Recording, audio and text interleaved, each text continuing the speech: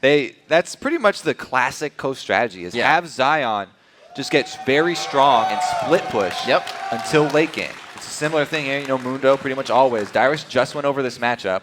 Yeah, So he did. Shyvana Mundo, everybody should know how this is going if you've ever watched before. We'll have to see. The thing in my mind here for the early game is still I have the question about the duo lane here from Leona and Sivir. Can they get their minion wave rolling forward quickly? And we'll see if Daydreamin' has actually started with the stun or Q.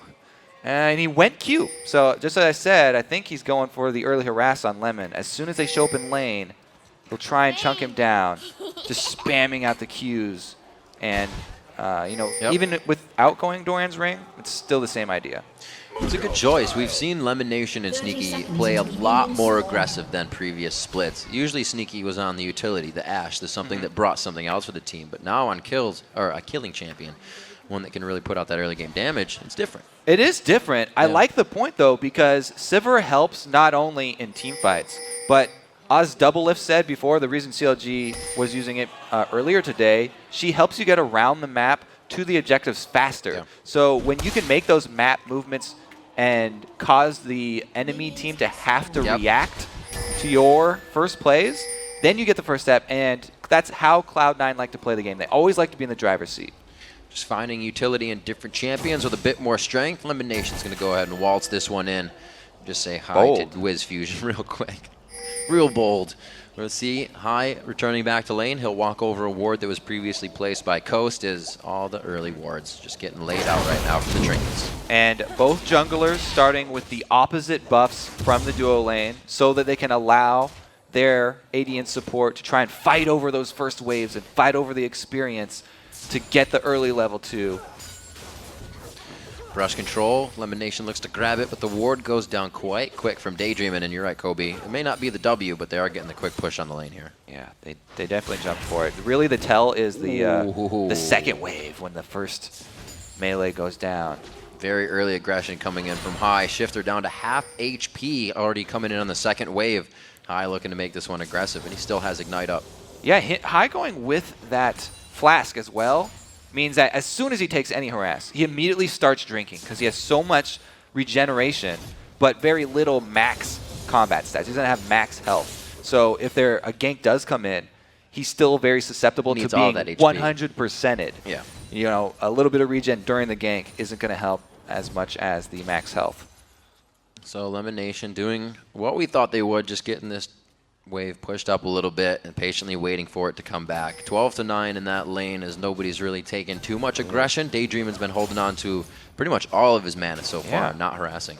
I'm very surprised at that. I think it was because the early lane, or the early minions went over to Sneaky. But man, in the mid lane, High is doing his classic early aggressive lane. Bjergsen talked about it so much how, he learned, even coming from Europe, the mid lane mecca from High. Here we go, in the bottom, a little bit of harass. Nice boomerang. Meteos making some action happen at Wraiths. We did just hear him say he doesn't really move on something unless he knows it's going to be effective for the entire team and himself, and he's still giving Nintendo a hard time here. Gets the cripple down. That's going to be the clone now. Is he going to be able to find the force flash? No. Hit the Q. Aww. So it's good to not take it because he got communication from High. Shifter was even half a screen away. Just because he had half a screen lead, that few seconds means everything in the early jungle fights. And even though Meteos would have the advantage 1 versus 1, in Nintendo, he doesn't want to go for it. Oh, he does get the backline to Wiz Fusion. Quick Leona passive popped out by the boomerang. Doesn't add too much effective damage just yet, but they are winning this lane in trade so far. Yeah, and Lemon just now chugging one of his potions. He's still got an extra potion, so he's a potion up on Daydreamin' after these trades. They're both trying to drink back to full health. But really early good job here for the Sivir Leona lane. Wiz and Daydreamin' rather, still trying to do what they can here. They're only 3 CS behind. Wiz, we've seen him have bad games. We've seen him die twice before the first 2 minutes in the game, but he still can come back. He is a very constant and methodical CSer, so he just usually has a hard time in the late game when they focus him in every fight.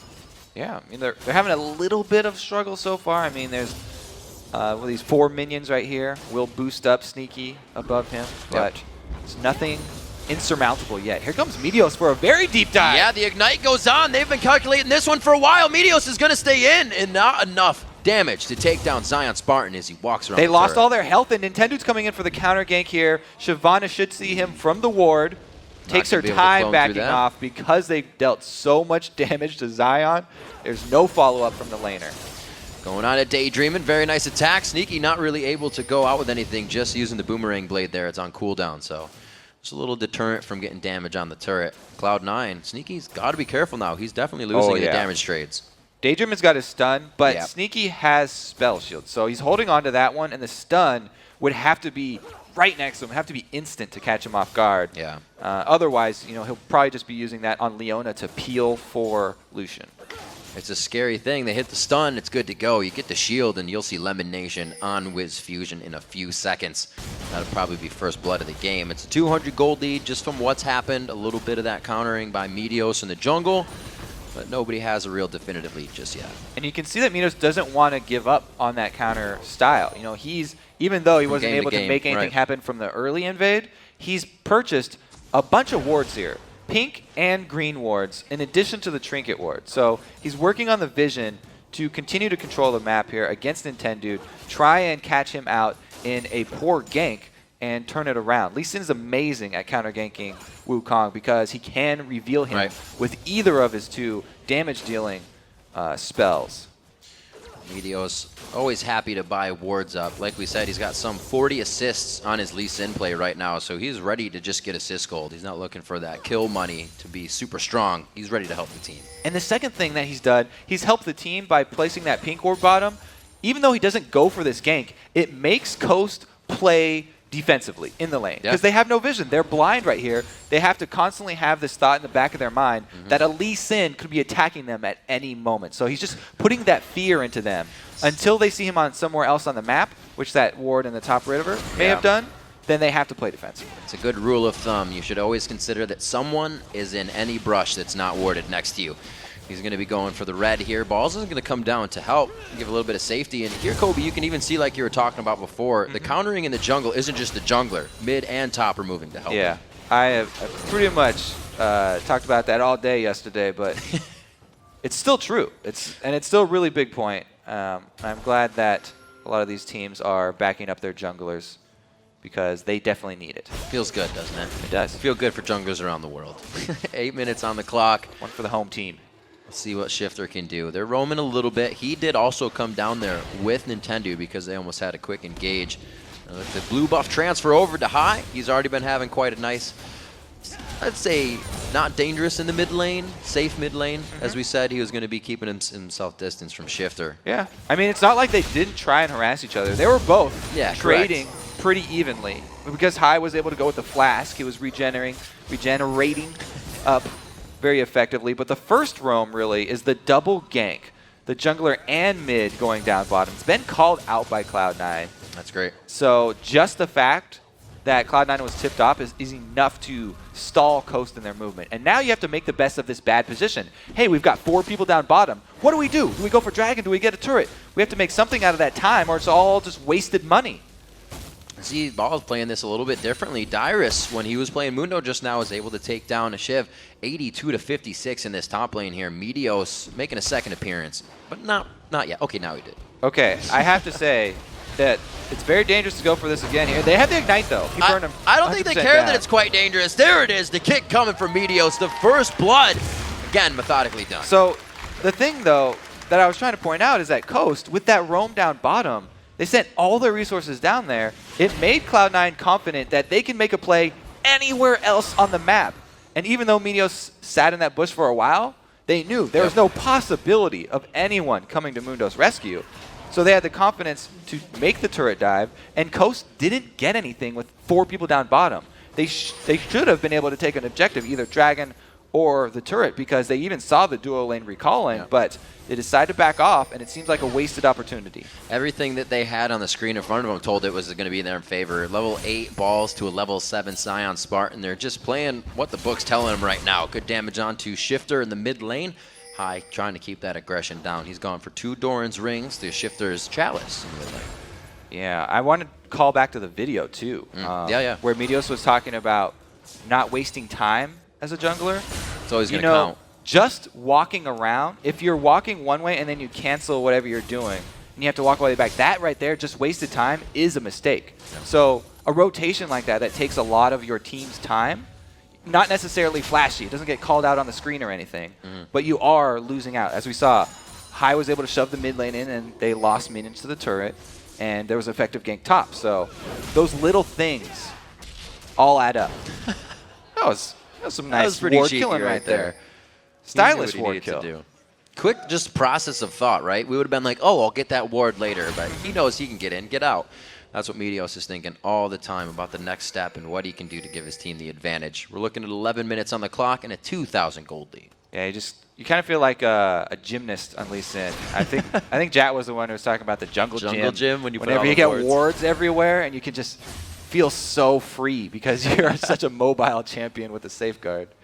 Oh, now he's coming in bottom, but he's sitting on a ward. He hatched that right out, and seeing the vision of the behavior of Wiz Fusion and Daydreaming right now tells him that, so he's going to get a little bit of experience from the golems, maybe come back for the lane gank, but that's already warded as well. And I got to say, Coast is keeping some good deep wards in the side of C9 in the bottom jungle. Yeah, the bottom lane here is warded up all over. And it's because it's such an explosive lane. They've got the supports post level 6. Leona and Annie are two of the highest kill potential supports here. Either of them landing the chain CC would be pretty much a dead AD carry here if there was any jungler to join the party. So both teams want to get full vision of that area. If a bottom lane goes down, it means an objective after. I mean, that's easily going to be a dragon, or it could be some turret damage, because those are the weak turrets. They might be able to make something happen with Zion Spartan. He is having trouble in that top lane, but the teleport could kind of give them an edge here in what happens at that dragon. A lot of pings going down in the mid lane. A pink just put down by Nintendo Dex there. So C9 is also privy to that area being covered by Coast. I like how that one ward that Meteos saved with one hit left on it too. Still doing a lot of work for Cloud9. Yep. Definitely getting a return on investment from that. They're going to head up. They got timers on this as well. Nintendo, do they have the ward on that? Actually, they're going to go ahead and call this down. The movement of Coast in the bottom lane calls the mid lane back in. This is a really great call this time from Coast, because they knew that Meteos has the red timer down for Coast, so he's like, yeah, let's continue to invade, take away a red, another red. They say, okay, we're going to answer that with Dragon. But mid lane takes a lot of damage. And you can see that got really dangerous, but that's what you were just talking about, Kobe. They wanted red, and they second-guessed it. They backed off because they saw Dragon happen. And they might still fight over that red. Cloud9 actually have the positional advantage because they're in the bushes first. Easily grabbing and making it look like their side of the jungle, too. Coast can't do much to get back in. You still got balls pushing Zion Spartan into that lane. That wasn't actually red. We were tricked. It was just the babies that they left there from the last invade. So scratch all of that, mind games. Just kidding.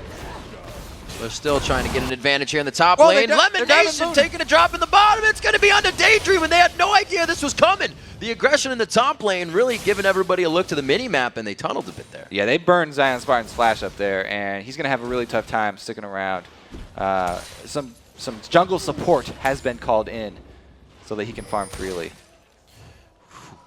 You Daydreaming just jumped in his chair there. Did not expect that coming from the side of Lemon Nation. I don't think anybody did. 14 minutes on the clock. We're seeing now that Cloud9 is trying to put a little bit more gold in their pocket with these initiations. All right, I want to go back to that lizard thing one more time. Let's go back. It was the right time for it to spawn again. You know, every 5 minutes red buff comes up, so I was like, yeah, 12 minutes. They timed it well. Meteos, I think he assumed that they had cleared out those baby lizards, and that's how I'm going to save that one. But now, top turret being down. Double mind games will leave it down, so when they go for it, they're tricked. Yeah. So Nintendo's next level already. But now that the top turret and the mid turret are down, pretty much that whole side is C9 territory now. So they are free to ward it up. And with Dragon not on the table, there's not a lot to answer down bottom. So a lot of more plays could be made from this upper side of the map for Cloud9. You see Hai's build, not the fiendish Codex at first. He's trying to match that power that Shifter can put out with a needlessly large rod right away. Just Wukong showing in lane right there. Probably saved a little bit more damage for Syndra. Good hold on Daydreaming for the stun there. He's just hanging out. Oh, Scout of the Week! The ultimate comes out. The Ignite is there. Not going to be enough. You can tell how touchy this matchup. It's very touch and go. Okay, down bottom, support fight. Touch and go indeed. Support fight. Let's go. They've got little mittens on here. I was ready for that smacking each other with a wooden sword and a little teddy bear. Doesn't hurt that much. With Meteos now in the bottom lane, that vision is going to give Nintendo and Shifter a little bit of freedom here in the mid. They split the map wide open, but they're losing the third turret of the game for themselves. The outer three have been taken down. Cloud9 looking to move up a little bit more. So the next thought for Cloud9 probably going to be continued vision, at least in this jungle. But if they try and bite off another objective here, the blue buff, without their mid laner, they would definitely lose, and we'd have a repeat situation like we saw in that TSM game, where they actually had the numbers advantage. And oh, just kidding, you don't have to fully invade. Womp womp. Meteos beats out Nintendo in the Smite Wars. Looks like Nintendo smoked first as well. Smoted. Ignited. Now, like I'm going to leave it as a Ignite. first one.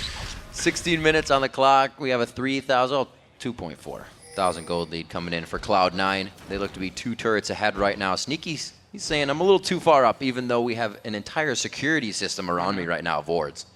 Plus, he does have the flash up, so he's got his escape, but doesn't want to burn that just for a little bit of tower damage. Got a lot of minions to farm in that bottom lane. He needs to get down there with Meteos.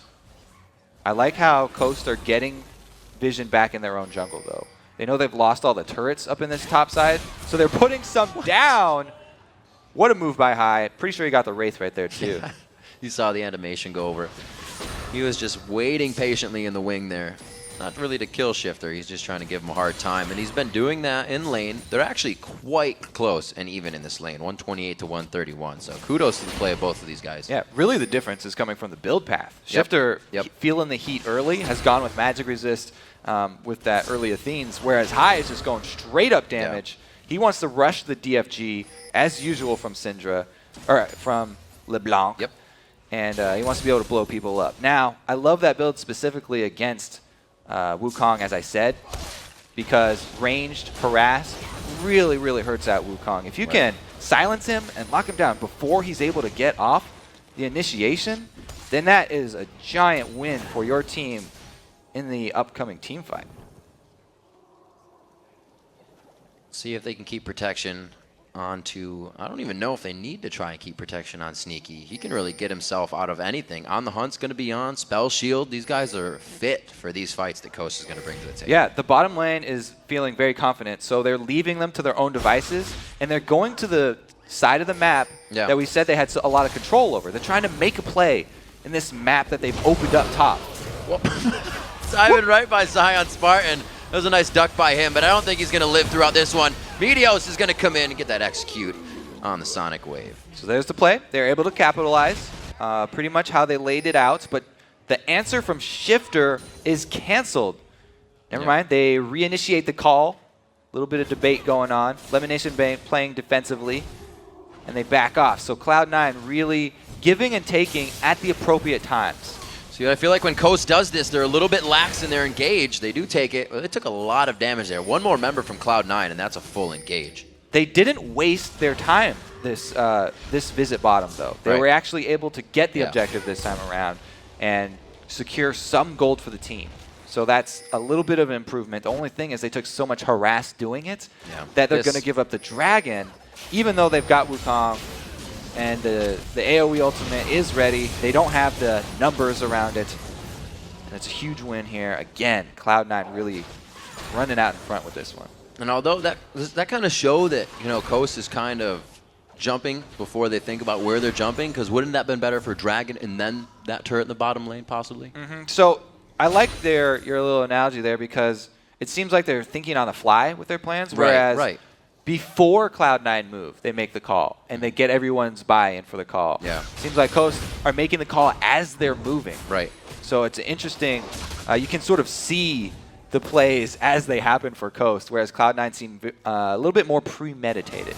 They have a good wave down in the mid lane, so Cloud9 taking this time to somewhat reset themselves here. They know they have the lead. They don't have to pressure anything too much, or at least Lemonation might want to. Here gets another ward. Lemonation getting deep, though. Yeah.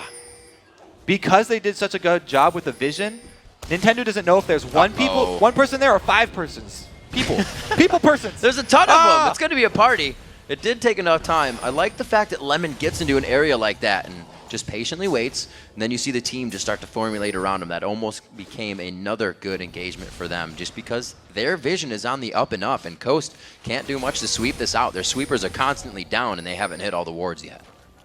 All right, Coast are grouping up. They want their team fight now. They want to try.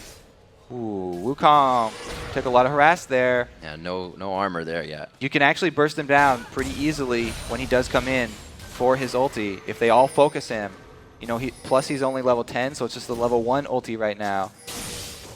Very dangerous for Coast.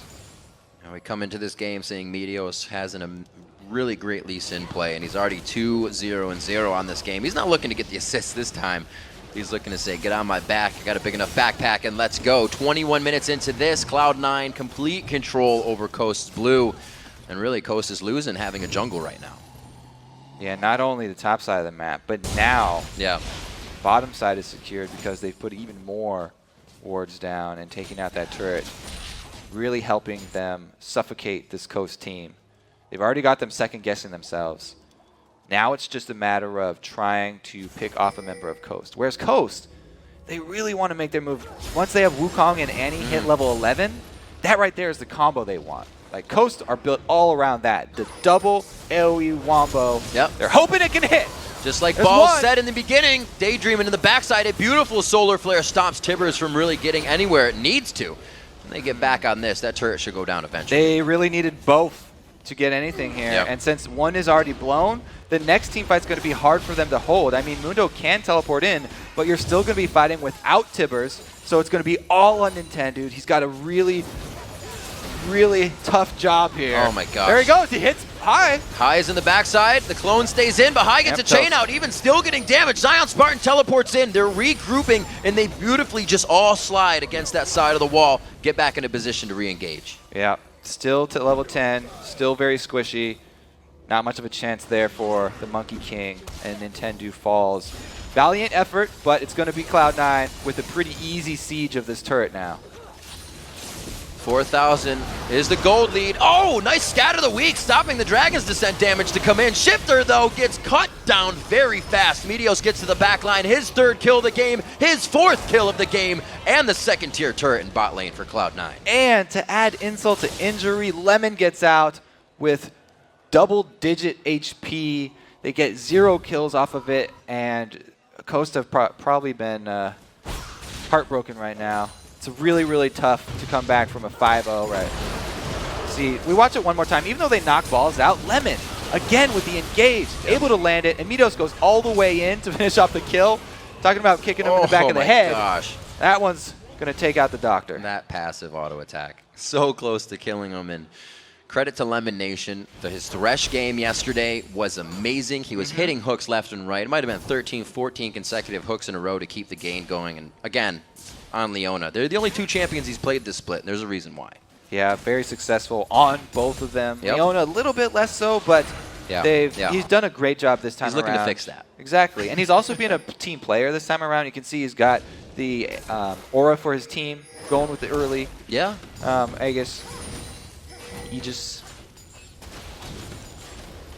See what he can do. Locket of the Iron Solari will be formulated out of that. Zion Spartan and Balls to go back to it in the top lane. Balls with a nice red buff taken down on him as well, so he'll be able to pretty much harass out Zion continuously, as it has been all game. 230 CS in that lane to 176. And Meteos did a great job to get Balls going in that top lane. He did.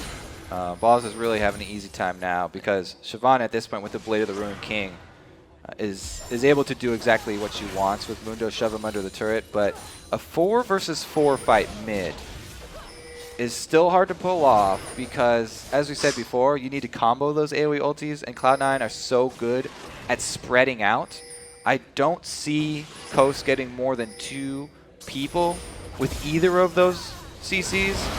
From the side, the scatter of the week, again, 2 for 2 on that one, but is it going to be enough this time? They are able to take down Nintendo. That Cyclone did just go off, but like you said, Kobe, without being tanky, it just goes down. Yep, they weren't able to land the combo, and Cloud9 walk away with not only with the snipe, but also the turret. It's getting pretty bad. They're bullying Coast off of pretty much everything here, and it's not. They're just, give me your lunch money. We're going to take it and get more. It just looks so grim right now for Coast, because if they venture anywhere outside of their base, this Cloud9 team, we already talked about their chase potential. It's unreal. We can even say they initiate between 2 turrets. They get the silence on Daydreamin for long enough that they can't combo it. The Tibbers with that, with the Wukong ult, you know, he even threw it down, but it still wasn't enough. Nintendo just gets blasted as soon as he gets inside. He's even gone more tanky than usual with most of the Wukong starting out that Lizard Elder. That is true. He's gone for a little bit more health, but man, he is just getting annihilated. Cloud9 has pretty much found their way in on this initiation. They get Shifter to use that scatter, get that stun down, and then it's Balls is perfectly fine. He's still in the fight with that burnout on, and that's when Leona can come in. That's when High feels safe to go in and not get shot down in a matter of seconds, because that is the result they're getting on Coast. 6-0. So far, this game is a kill shutout. They found 3 turrets. They were able to open up that front side of C9's map, but the journey, I don't think, is going to take them on that side of the map anytime soon. Yeah. I mean, they're currently on the blue side and taking away yet another blue. Yep. Meteos still hasn't died as well on Lee Sin, so this could be 4 games in a row if they're able to finish it out cleanly, where he does not drop a death. Unkillable, right? That was the nickname he was given towards the end of the split last season. Oh, Balls runs into 3 people here, and they're so scared because they don't have vision. Oh my gosh, they all run for the 3v1, hills. 4v1. Wiz is there as well, and they are going to have to back out.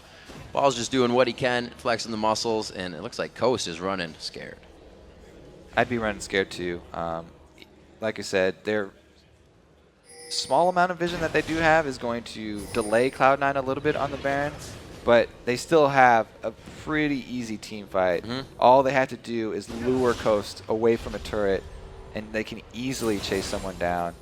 And on the hunt, even before the fight starts, could enable Leona to get in range just to throw off the solar flare and tag somebody. Right, they have so many options to just get into the fight, back in. We thought they'd be kiting a little bit of this, but they are so really ahead. close to the bush. Ooh.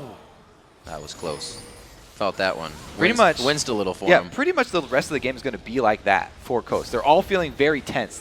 Every moment they get close to a bush is going to be is somebody in the bush waiting for me? Because they can't check these bushes leading up to Baron without a scrying orb. Oh, the small heart attack, small heart attack. Leona elimination onto Daydream, and that is a perfect initiation. I haven't seen that Bear Tibbers for a long time.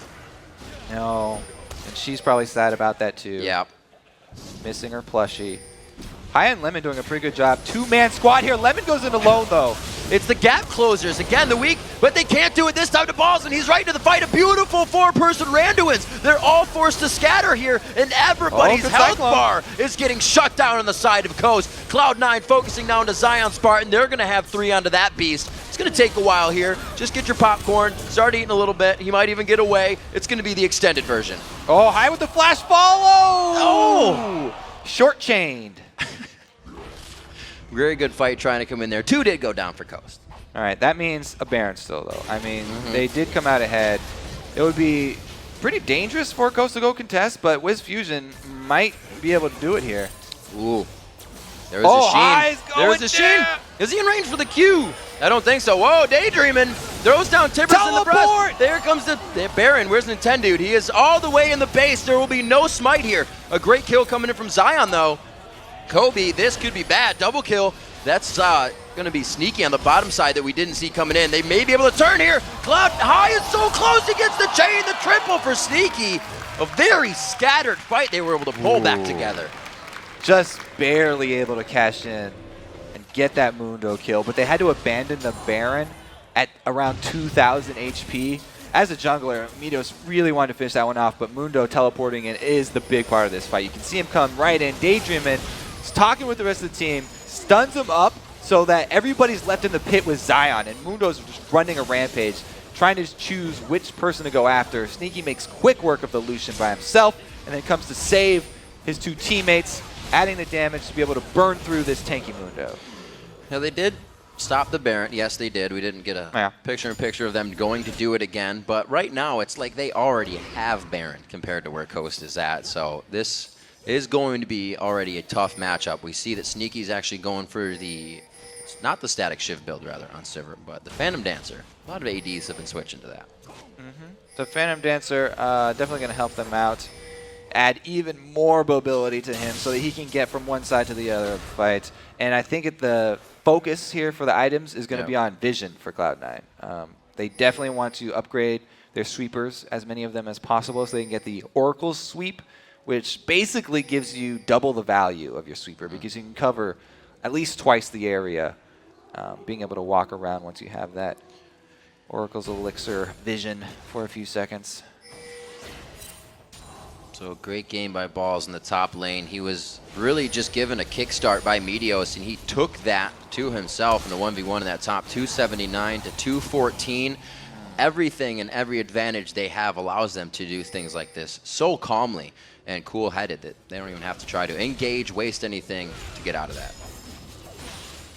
And as long as we're looking at items, I do like the Banshees on Meteos because he won't get caught in the AoE stuns if those are the initiations that are going to start out. So he can pull off the play for Lee Sin. If he needs to counter initiate, like kick them all back, if Annie and Wukong, ever do get a good combo, you can block one of them and try and get a quick kickoff to spread out Team Coast and interrupt the combo that they want to put off. Combo breaker, if you will. Yeah, I believe it was Zion Spartan that said earlier Cloud9 has some ridiculous rotation. They're always communicating with each other, and it's shown. I don't know when the last time Coast has got a blue or a red buff or the Dragons coming out here. We're 31 minutes into the game, completely in the driver's seat, and 12,000 gold in the lead. Cloud9 looking for a victory soon here. Yeah, I mean, this is the advantage of running the very high mobility team fight champions. They can run all over the map, grab each objective, and then by the time they get back to Baron, they've got complete vision control, and they force Coast into a bad spot, once again pulling them out of the base, making them fight away from turrets. Slowly working on Baron. They're saying, come on into the pit. The water's warm. It's completely safe. We want to party. Lemon Nation says, actually, we'll bring it to you. They bring on the hunt. Talisman of Ascension possibly on. I don't think Lemon actually has it. Nintendude, very nice Cyclone, but who's it going to kill on this one? He's only dealing damage to multiple people. There's nobody to finish these kills off. In the end, for the Squishies, a good kill by Wiz Fusion to get himself the Retribution kill. The double kill for Balls, and Kobe, it's just a massacre again. They used both the Tibbers and the Cyclone only on Sneaky. Both of those AoEs just trying to take out the AD carry. Meanwhile, the rest of the Cloud9 just run rampant through the back line of Coast, and they decimate them, easily turning into the base now. Pretty decisive win here for Cloud9. Meteos going in for first lead death. He was gladly doing that for his team, and they're going to go ahead and go around the horn here, possibly getting the top tier turret as well. And this base is being opened like a Christmas present right now, and Cloud9 is loving what's inside. That's a good point, though. Meteos did scuff up his Lee Sin record. He did. Coast are able to scratch him, at least. 58,000. That's 16,000 gold lead coming in. 8-3 in turrets. 11 are on your side of Summoner's Rift, so that leaves the bottom and the Nexus turrets. Right, here's the fight. Yeah, let's watch the dive, because early on the hunt enables the rest of Cloud9. They all dive except for Lemon. As we said, Wukong's still susceptible to CC during a Cyclone. Lemon able to keep him off Sneaky just long enough, even though the Tibbers and Cyclone are used on him. They keep him alive for long enough, and they're able to just decimate the back line of Coast. Getting some great support fights this game. They're going toe-to-toe quite a bit here. We are about 34 minutes into this matchup. Cloud9 methodically, surgically removing Coast from every fight, every objective control that they try to put back in their favor. And it looks like Cloud9 is really back on track to what they were doing in the spring split. Or I could say the summer split. And they're still playing the Baron dance here with 2 inhibitors down. If Coast leave the base, then they lose out on much more than just minions. This is big. That's like Baron on Baron on Baron right now for Cloud9. So far ahead, 16,000. And it looks like they're going to pressure down onto this bottom turret. There's nothing to push in the mid or in the top. Let's see what they can do in this bottom lane. The wards are still trying to be put down by Coast, but they're only fighting in their base right now. It's just to let them know that Cloud9 is coming. Yeah, it's going to be a tower dive coming. Straight to your face. Balls is going to start this one off. He's got plenty of armor to tank up this turret. They don't have to dive. They can easily just wait outside the turret and let super minions push in. But I don't even feel like Cloud9 have to wait for that at this point in the game. If they get a good solar flare, they'll probably just jump on it. And all they have to do is keep in mind that they're spreading out. As long as they spread out and avoid multiple people getting locked down, should be a pretty easy execution. They didn't even knock, and they're in the front door. Nintendude is not going to be able to Cyclone this time. No, he does get out on the clone, but again, taken down instantly. Not enough tank to be built in that game. Cloud9 is not given Costa time to respond to pretty much anything here. From the fountain back into the fight, that's where they're finding safety. Balls lives just in the end. No! Oh, no! He suicides himself into the turret. Shifter gets the kill there, but I think it's too little too late. The Nexus looks to be going down, and they're going to be going for it with the kills. Shifter lives, though. Could go back to the fountain and heal up. So many minions on the Nexus, though. Meteos, there we go. Everybody's able to get the last few shots in. There's the man on your screen. He does get a death this game, but he still carries his team to victory.